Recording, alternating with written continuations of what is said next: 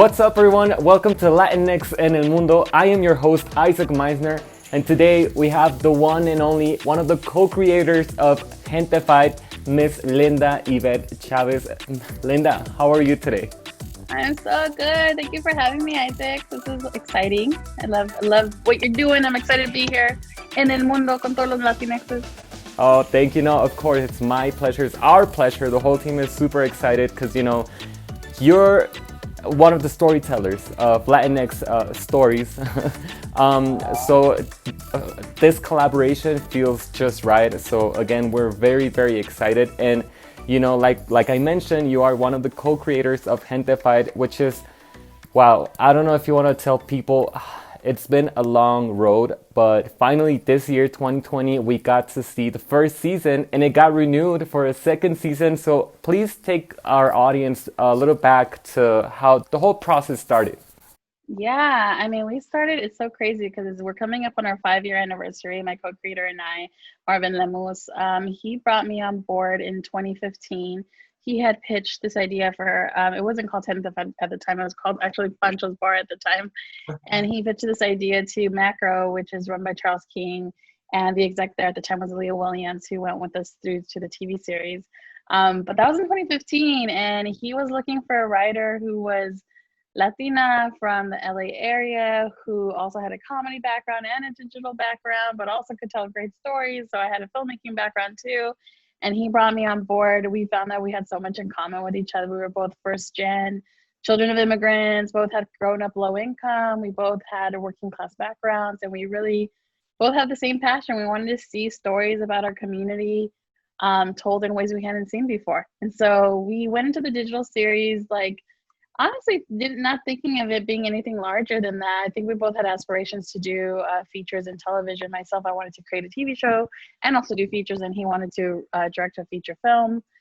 So we went into it really thinking, okay, this is our opportunity to do 7 short films, and someone's paying us to do it. Let's do it. And it's about our community, and let's make it funny, and let's just have a good time with it, and let's be artists about it. Let's be real artists. And we got so blessed because Macro and Aaliyah and Charles there really let us just do our thing, and we did. And the result of that was this beautiful 7-episode series that we then released the trailer for. That went viral. And right before that, America Ferrera came on board as a EP. So that was a game changer. And then the trailer dropped and it went crazy. And a lot of networks were looking for distribution for the digital series. And in the process of that, a lot of these networks were like, okay, that's cute, but where's the TV show? It looks like a TV show. The trailer looked like that to them. So they're like, where's the TV pitch? So they were like, hold on, we'll be right back with that. and Marvin came to me and was like, hey, we're going to make a TV show. Let's go do this. And I was like, hell yeah. That's something I've been wanting to do this whole time. It's been my goal. And so we got to work with our EPs, Aaliyah, America, Terry Weinberg, Charles, Kim Roth. We all, came together and worked on this pitch for about 5 months. It was a crazy process. And then right at the end of it, we got lucky that the digital series got into Sundance, and it premiered at Sundance for the first time. It was the first time they actually premiered digital series at Sundance. So we got to be in that first class. And it was wild because right when we got back, we had to go pitch the show, and we pitched it to 10 networks. We got Terry says 7 offers. I still don't know, but it was a ton of offers. And we got into this little bit of a bidding war between a few networks, and we ended up at Netflix. And yeah, it was the best home for us. And from there, it was another 2 years, 2.5 years to creating the TV show. So that's the brief overview, but it's really been 5 years now after the first season finally released, and now we're actually in the middle of developing season 2, and our writers room opens just in 3 weeks actually. So there you go. Exactly. I mean, I think a lot of people, maybe if they don't work in the entertainment industry, they don't necessarily realize how long of a process it is.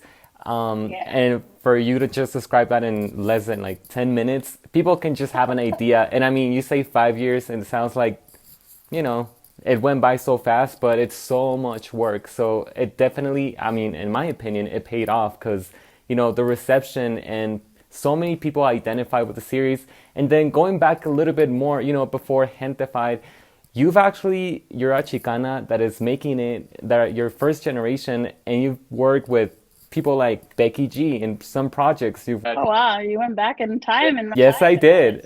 Of course I did. Because the whole goal of this show is to just show off our Latinidad, show off creators that are, are changing that misconception of the Mexican that is lazy or the Latino that just goes and is doing illegal stuff. It's no, it's not. It's a small portion, and it's not because they're Latinx. That has nothing to do with it. So this is the goal of pretty much showing you off, showing people like you. my dad was a ranchero from Michoacan who was up before the sun was rising. So I don't know nothing but hard work is what I know has been my whole life. So I hear you. Yeah, that's great.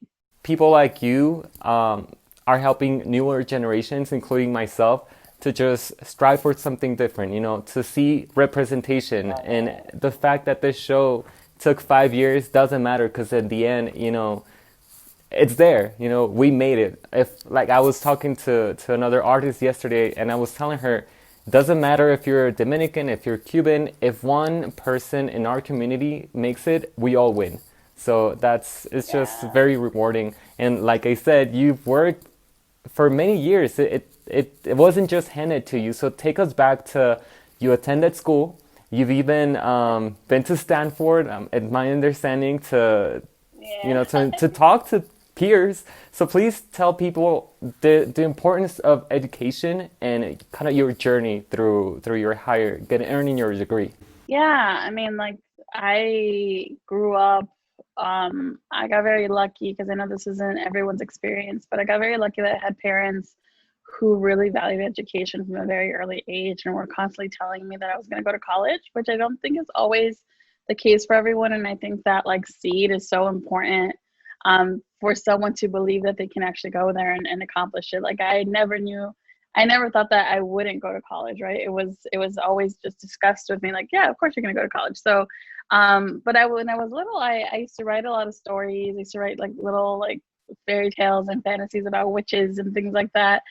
But I never knew that I could write about my community. And it wasn't until I got into Stanford and listen, I worked really hard to get into there as a low income first gen kid. Like that's really, for me at that time, seemed like the only option in terms of like using my natural skills, my natural intellect to get ahead. And my dream was like, okay, I'm gonna, I grew up low income. So I was like, I wanna make so much money that we don't worry about money ever again. It was kind of my goal. So I went to college wanting to be a lawyer, which is crazy. Like my parents early on were like, nah, you're a writer. And I was like, por eso estamos como estamos. Like they don't make money. I'm gonna go be a lawyer. But then I went to Stanford and my first year was such a culture shock. I had never been in a place that was predominantly white. I had grown up in a predominantly Latino POC community, mixed income, but still predominantly Latino. And so when I went there and I saw like, really, like I always tell Marvin, this is like, I literally went to school with like children of diplomats and the child of like the CEO of Dell. And like, I was friends with Nelson Mandela's grandson. Like there was like the cream of the crop people. And here I was, little Linda, who had grown up with like nothing from Norwalk, who was just like, hey, what's up? I think I'm smart too, I think. And then as I went through that year, I very quickly found myself just feeling so just like not out of place. I didn't feel like I belonged there. I didn't feel like I was smart enough or good enough. And so I was very depressed that first year. I learned so much about art as healing for our communities, a way to like just really tell our stories and heal our communities and like empower our communities. And so that's when I ended up being like, okay, I guess I'm going to be a broke artist now. And so like I left, but a year later I applied for film school on a whim because I had this dream from when I was a kid that I wanted to be a filmmaker, and I applied just not knowing whether or not I was going to get in. And then I did, and it was USC Film School. Obviously, it's like the best film school in the world, which is wild. Probably why I was like, I don't know if I want to get in. But I did, and I went, and I'll be honest, it was one of the hardest experiences I had. But at the end of the day, like I completed it, and now I'm like part of that USC mafia, I guess. I don't know. I don't rep it that hard, but like that really opened up doors and opportunities, and then from there, I just went on this crazy wild ride in the industry. I've done everything you can think of. I've worked in the documentary world. I worked at KCT as an associate producer, and I worked like all over the place. And then eventually had my own business, or my friend started a business and I joined her in like building it up, and it was called Comediva, and that's where I worked with Becky and with Chachi. And what happened was we started as a small startup that was focused on female driven comedy. And then as we were building this network of like female comedians, it was like 40 female comedians we used to put on shows and all kinds of stuff. We realized we needed a different income stream. And so we started taking on clients because there was like the wild west, the digital world. A lot of these big corporations, they didn't know. They were like, what's Instagram? What's Facebook? What's Twitter? Right. Like, what do people do on here? How do we make content in here? And we were experts in it. And one of the people who came to us was Univision. Hmm. And I was excited for that client because I still wanted to tell stories about my community. And our company was pretty like, targeted to like white folks, and I wanted to tell stories about Latinos, the Latinx people. And so when Univision came, it was just such a great opportunity to like pitch them ideas for different types of series, different talent that was emerging. So some of the folks that I remember pitching them Becky and just being like, oh my gosh, she's from Inglewood. She grew up like low income. She like lived in her grandfather's house. Like she was so amazing. I was like, Right. will you do a show revolving around her? And so and I remember pitching to Becky too. And we were in the room with her and her mom and like pitching her the series and wanting her to be in it. And I don't know if she still remembers me. It's been years, but I have a lot of love for her because when I met her, she was like maybe 15, like Right. 15, 16. She was a baby. But as smart as hell. Like I say baby in quotes because that woman, she was a businesswoman from like birth, I think, because she came in hard talking about everything. And then Chachi was another person who, we had a whole list of people like towards the end, like J Balvin, like all those folks were still like, they were barely starting to like, to build and come up. And so there was like a lot of names that we were talking about. And so, yeah, so, that's kind of how it happens. You just kind of go on this journey with your career and like you're trying to find yourself. But in the process of all of that, I was like, digital was wonderful, but it did feel like I was like, this is one version of the stories I'm trying to tell, but it's not exactly what I want to be doing. And so by the end, when we were ready to shut down our company, I wanted to do long form content and I left. And that's when Gentefied came into my life. Right. No, I completely get it because even, when you mentioned J Balvin back when you were at Comedy Divas, maybe 5 years ago, people didn't really care for reggaeton, for Latin urban trap, whatever. Yeah, it was And starting to now, build. yeah, and now most reggaeton artists are in the top stream artists in the world. So it's insane. Now things Yeah. are, it is an easier path, I guess, if you dive in straight into that industry or that genre.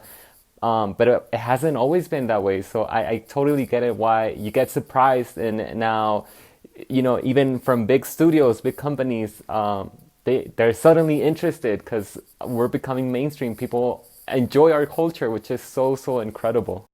Yeah, no, it's so good. I think especially right now, like people really want more. I think people have wanted it for a while, to be honest, but they haven't known what to do with us and they haven't had enough. I don't know. I don't think they haven't had enough talent because I know there's been so many talented people in this industry just waiting for opportunities. But I feel like building building the force and momentum of the community, which I think we're starting to come into now as we've learned how to be in community with each other and support each other and see that the opportunities are plentiful and that we can celebrate and lift each other up and that we can fight for each other, that we can fight for what everyone deserves and that we should show up like an army for each other, like a positive army, not a Right. scary one.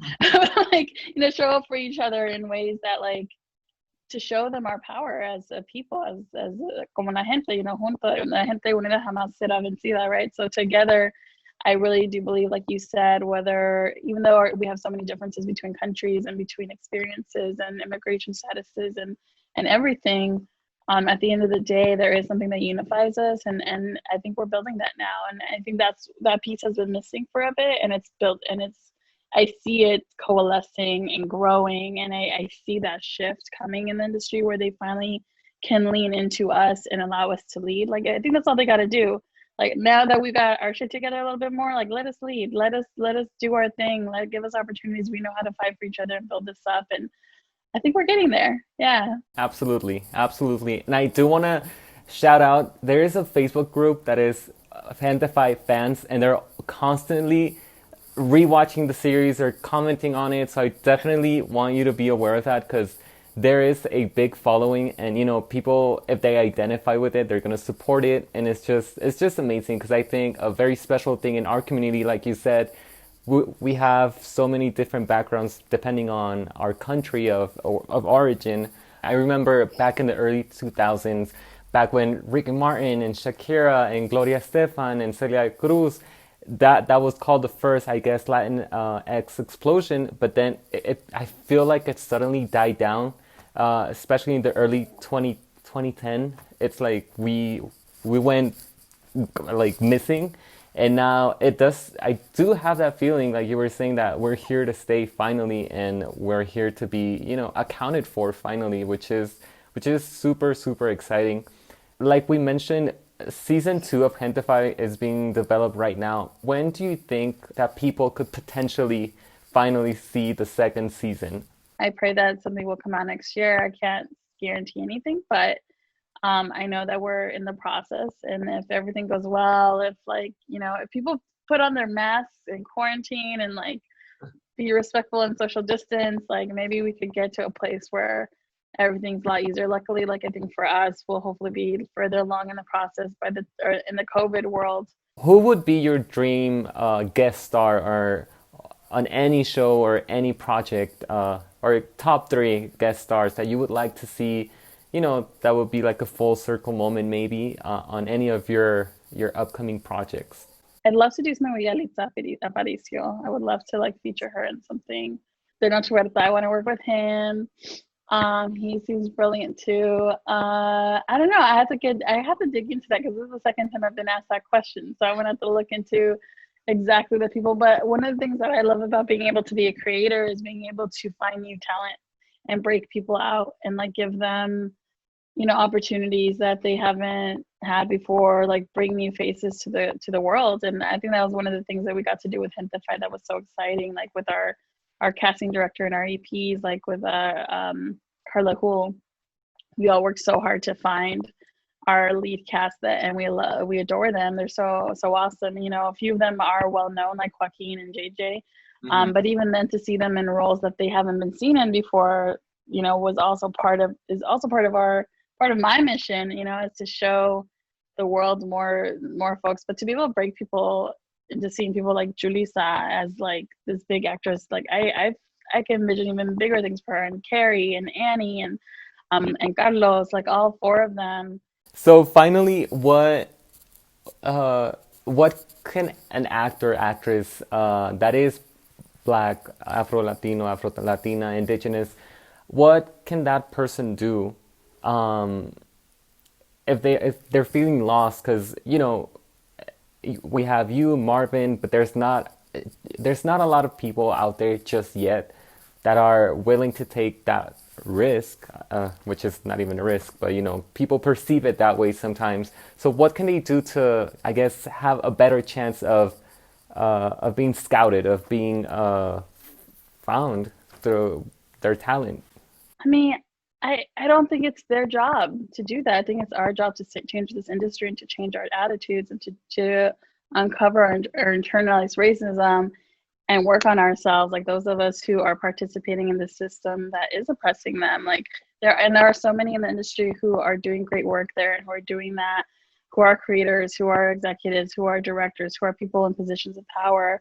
I think like it's so crazy, I'm getting into deeper things, but it's systemic oppression ultimately. Like it's a systemic problem that like all of us who have the privilege and the power need to make it our responsibility to change. I love that. I love that. I think that's the goal. I think when you like they say, when you see something, say something. When you have that chance, when you're in that position of power, that's you can't just sit back anymore and be afraid, because there's more people that are hungry for that representation, for that talent. So it's so nice to hear that from someone in the industry that is successful, that you shouldn't be afraid, basically. And Linda, with that being said, I want to thank you for taking your time and being with us. And again, congrats on everything. I'm so excited for season 2. I'm so excited for. I'm sure we're gonna have some announcements, like you said, in the future months. So good luck with that. Stay safe, and again, thank you in the name of the whole Latinx community, because we need more people like you. Isaac, I so appreciate you, and good luck with all of this. I can't wait to see it out in the world and spread the word. And for those of you who are listening, please follow me on Instagram, Yvette Chávez. And sometimes I talk a lot about industry stuff and tips on there. So hit me up if you guys need anything. Appreciate you, Isaac.